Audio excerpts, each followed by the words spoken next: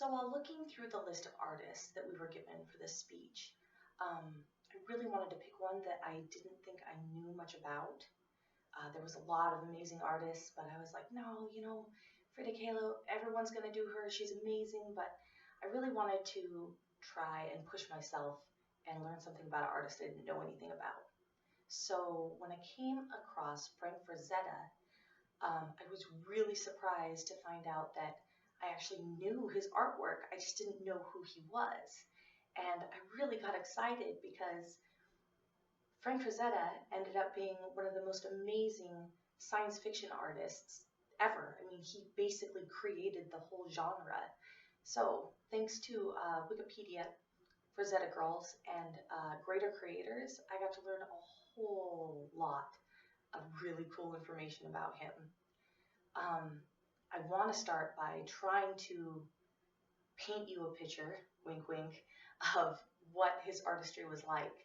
So, Frank Frazetta, science fiction, if you could think of just, the barbarian or the warrior slaying the dragon or the mythical creature, just this huge muscular men in armor standing atop piles of bodies that they've just slain, just with the woman attached to his leg, that whole mystical feel, that is all Frank Frazetta. He created that.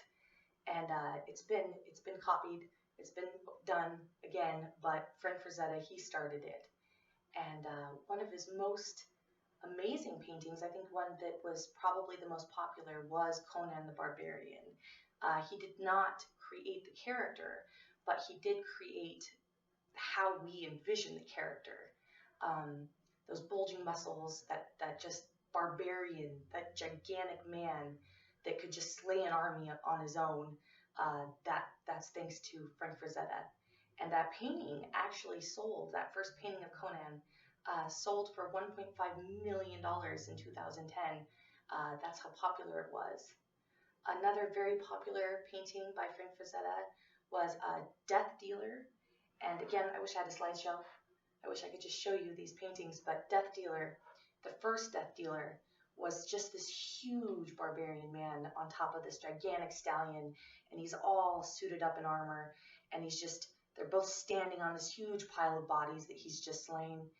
He's got this big helmet on with horns, and his eyes are glowing red, and he's just staring straight into your soul. And people loved that painting so much that they wanted more, right? So not only did Frank, create this just from his imagination, but it got turned into a book because the painting was so popular. And not just one book, it got turned into 4 books.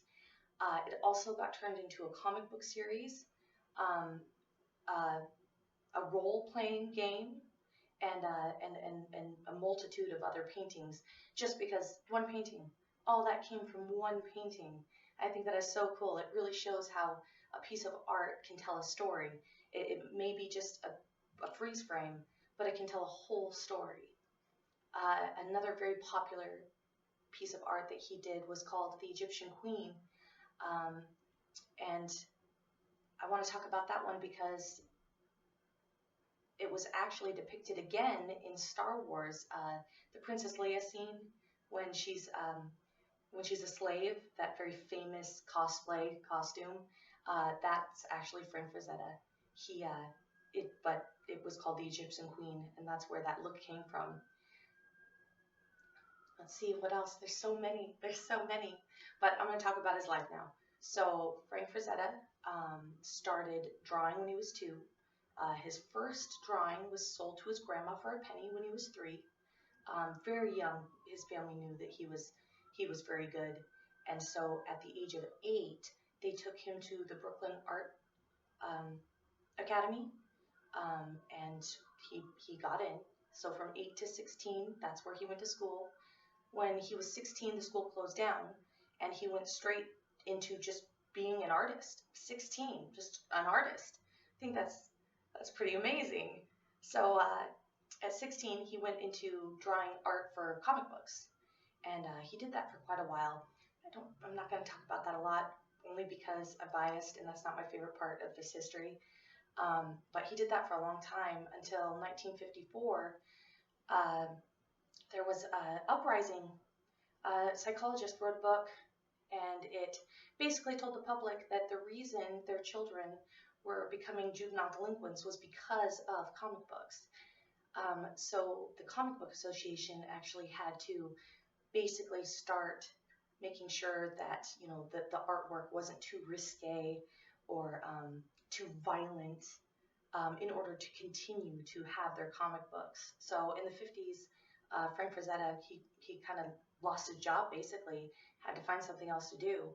So in the 1960s, um, he actually got picked up to do a job for a poster for a movie, What's a Pussycat?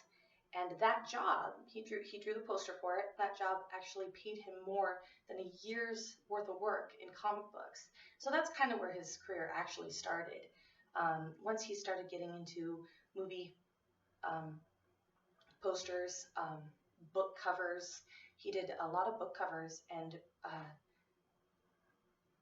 they noticed that the books that had his artwork on the cover were selling so well that people were wanting to buy his art just so that they could have it on the cover of their book and then have a writer come in and write the book based on the art. That's pretty amazing. So, Frank Frazetta, what can I say?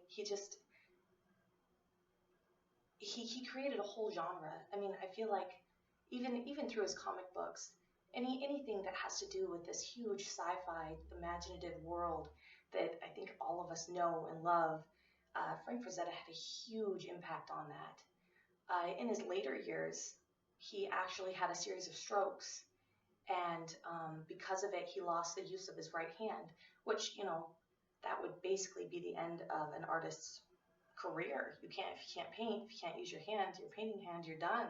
But not him. He taught himself to paint just as well with his left hand so that he could continue working and continue sharing his amazing imagination. That is such dedication. He truly loved what he did, and he truly changed our world, um, and gave us this amazing imaginative world that I think we can all relate to and we can all sink into and really love.